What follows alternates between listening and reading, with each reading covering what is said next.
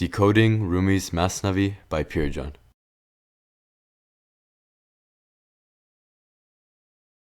How an Amir harassed a sleeping man. Today we will deal with the subject of the self. As we have considered self in mystical terms, this may be one of the most sophisticated mystical terms. According to Rumi, we have confused self with a stranger who has settled inside of us. We have an illusion and assume this stranger is our nature. The identity that exists in all human beings is a phenomenon derived from the social and family environment. At birth, we do not know anything about this identity, and we learn it later. Different societies have different cultures, and given their identities to these members. Good and evil depend on conditions, and as conditions change, good and evil change as well. Hence, none of them are natural and real. When a child beats another child, the battered child is naturally in pain, but the parent's question to the child is why they are beaten and call them slouchy. It is the beginning of an identity for the child as slouchy. On the other hand, the parents of the bullying child encourage them to be aggressive. Children learn to be like this, and it is the beginning of the phenomenon called self. Identity is something depending on others in society. Society gives its members a distinct identity based on social contracts, but social identity is never human nature. Humans acquire personality and social identity based on their acquired values. That is, the more social values are acquired, the higher the status. In societies and throughout history, all of these scales change according to social conditions and are never constant. Today, bravery on the battlefield is no longer a virtue, and today's values have changed, although it was a main virtue some 500 years ago. The values of a capitalist society mean that more money or degrees lead to more social value. There is no limit to the self's appetite because there's always more money or degrees. The self is an external entity that has nothing to do with human nature, and the ruling systems impose their kind of values and codes along with their identity. The values and anti-values of society can never be avoided, and people always repeat and accept them. The self is something that society nurtures in individuals and develops identities out of it. We learn what to do or to respect others on the basis of their social status to prove that we are not slouchy. We learn to conceal some things and express the others. The Masnavi refers to the self as the only agent of all diseases and the love as the agent of healing. In Masnavi, love is a widespread theme, but the self is insatiable, and without the knowledge of identity, it is just a consumer. The self always begs, but sometimes it does not know what it begs. This begging is its nature. In the present story, Rumi tries to convey a message in symbolic language. The snake is the self that has gone from the outside into the human. Religions, schools, customs, and traditions belong to the society and are contractual. They are external and not related to human nature. Mysticism holds that in childhood, there is a kind of innocence in humans that disappears in adulthood. The snake symbolizes the things that enter the human being from the outside. How an Amir harassed a sleeping man into whose mouth a snake had gone. A wise man was riding along at the moment when a snake was going into his mouth of the man asleep. A wise man was riding along when a snake was going into the mouth of a man asleep. The rider saw that and was hurrying to scare away the snake, but he had got no chance of doing so. Since he had an abundant supply of intelligence, he struck the sleeper several powerful blows with a mace. The strokes of the hard mace drove him in flight from him to beneath a tree. There are many rotten apples which had dropped from the tree. He said, "Eat of those, O you in the grip of pain." He gave the man so many apples to eat that they were falling out of his mouth again. He was crying, "O Amir, pray, why have you set on me? What have I done to you? If you have an inveterate and mortal feud with me, strike with your sword and shed my blood at once. Ill-omened was the hour I came into your sight. Oh, happy he that never saw your face. Without guilt, without sin, without having done anything great or small, even the heretics hold not such oppression allowable. Blood gushes from my mouth together with my words. O God, I beseech thee, give him the retribution which he deserves. Every instant he was uttering a new curse, while he, the rider, kept beating him and saying, Run in this plain. Blows of the mace, and the rider swift as the wind. He therefore went on running, and now again falling on his face. He was full fed and sleepy and fatigued. His feet and face became covered with 100,000 wounds. Till nightfall he, the rider, drove him to and from, until vomiting caused by bile overtook him. All the things he had eaten, bad or good, came up from him. The snake shot forth from him along with what he had eaten. When he saw the snake outside of him, he fell on his knees before the beneficent man. As soon as he saw the horror of that black, ugly, big snake, those griefs departed from him. Truly, said he, you are the Gabriel of divine mercy, or you are God, for you are the Lord of bounty. Oh, blessed is the hour that you saw me.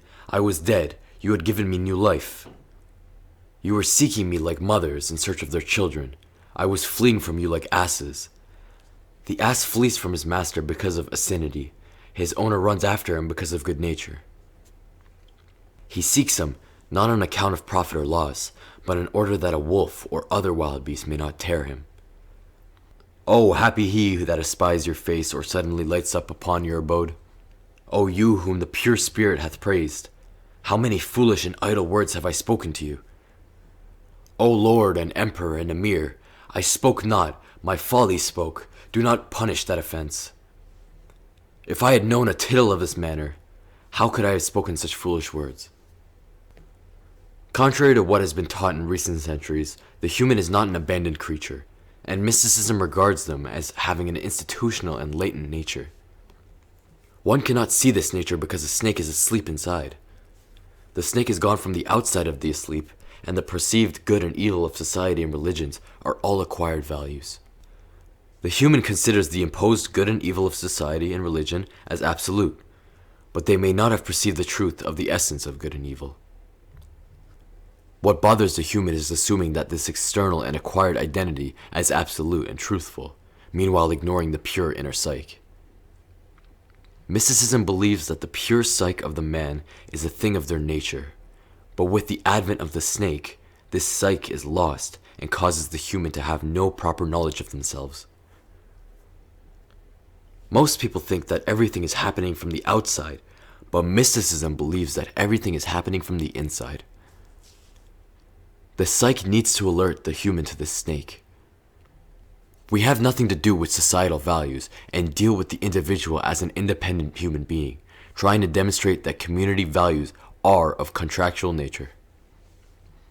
If you are born into a Christian community, you will become a Christian, and if you are born into a communist community, you will become a communist.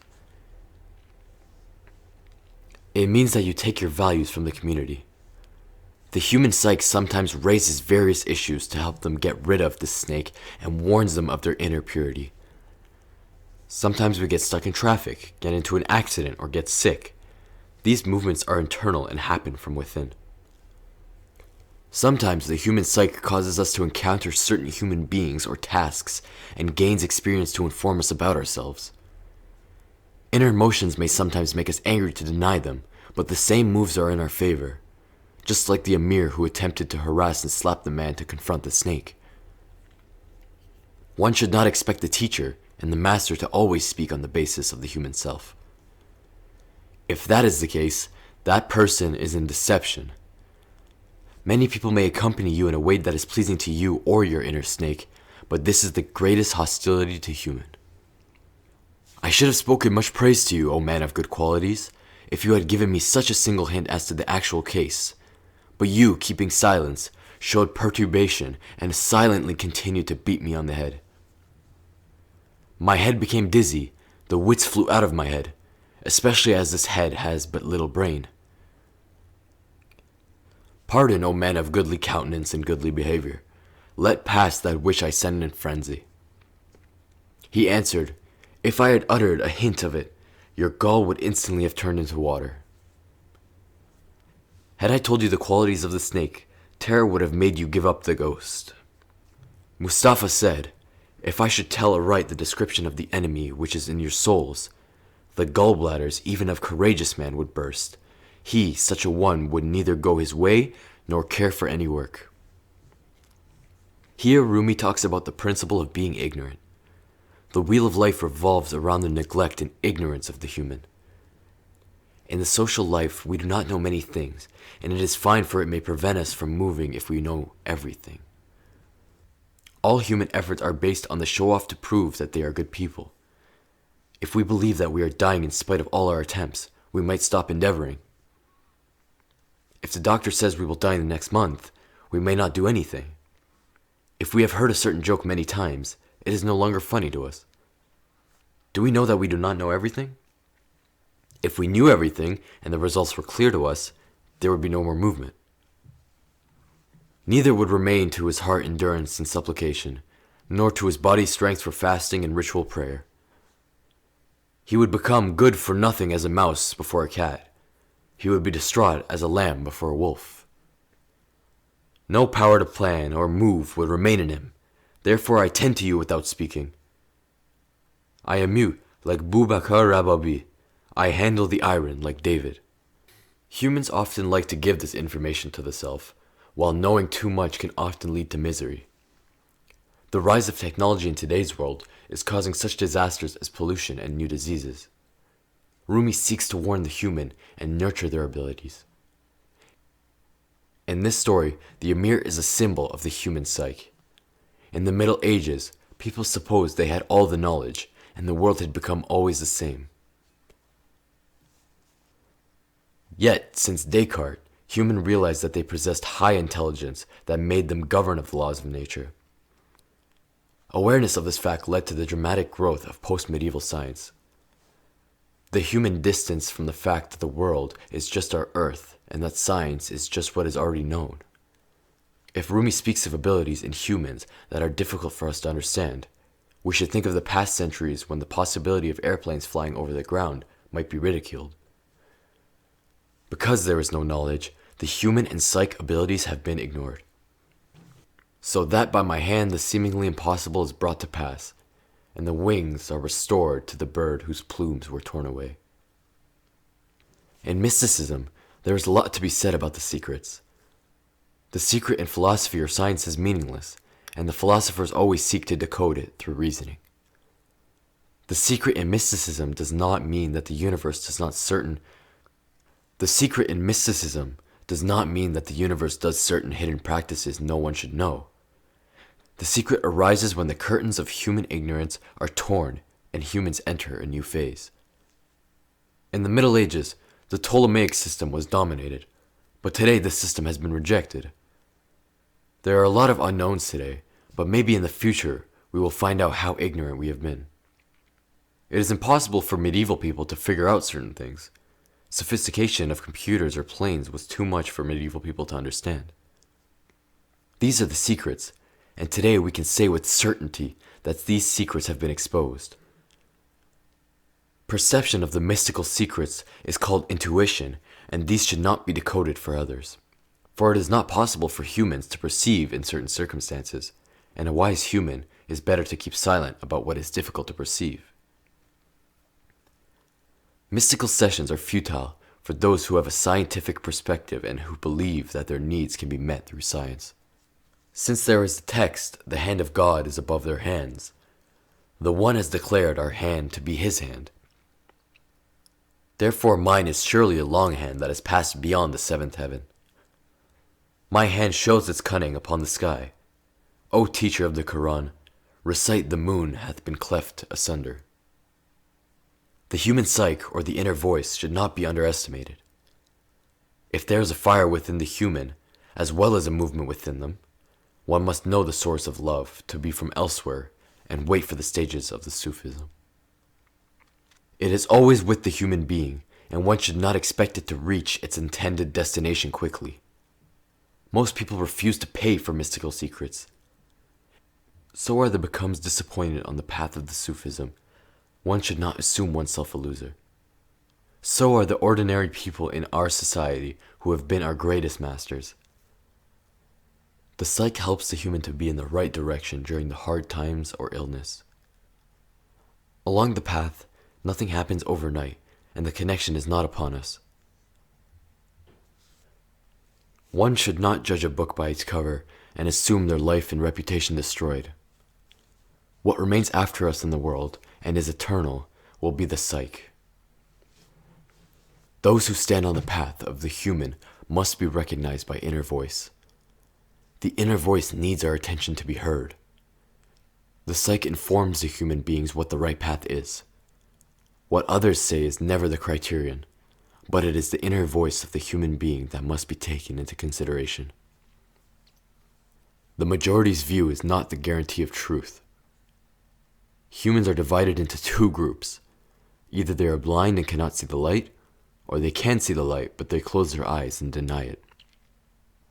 As long as the eye is open to the light, and there is a will to see, the rescue can be done, yet it is not possible to wake up one who pretends to be asleep.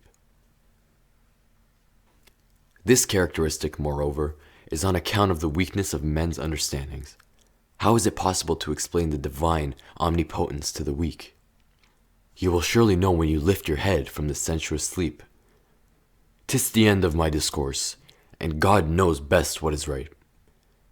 If I had told you about the snake, you would have not been able to eat, nor would you have been capable of vomiting or cared to do so.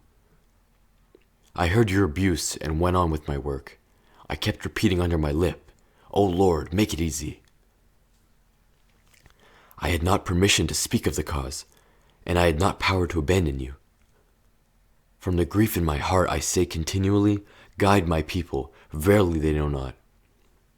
The man that had been delivered from woe was falling on his knees and saying, "O thou who art my bliss, O my fortune and treasure, thou wilt get rewards from God, O noble one. This weakling has not the power to thank thee. God will say thanks to thee. O leader, I have not the lips and the chin and the voices for that." Of this fashion is the enmity of the wise. Their poison is gladness to the soul. The friendship of the fool is woe and perdition. Hear this tale as a parable. Our understanding of love and other themes is limited. Thus, understanding the truth requires some preparation. Rumi believes in this story that one day the human will wake up and become aware of the truth. The Amir is a symbol of the human psyche and is constantly giving awareness to the unaware person and tries to help them. The psyche does not leave this person alone.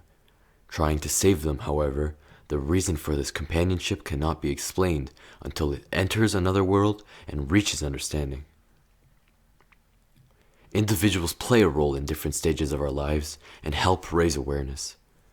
Thus, one's best friend is not necessarily the one who flatters them, but one who blames them yet cares about their success.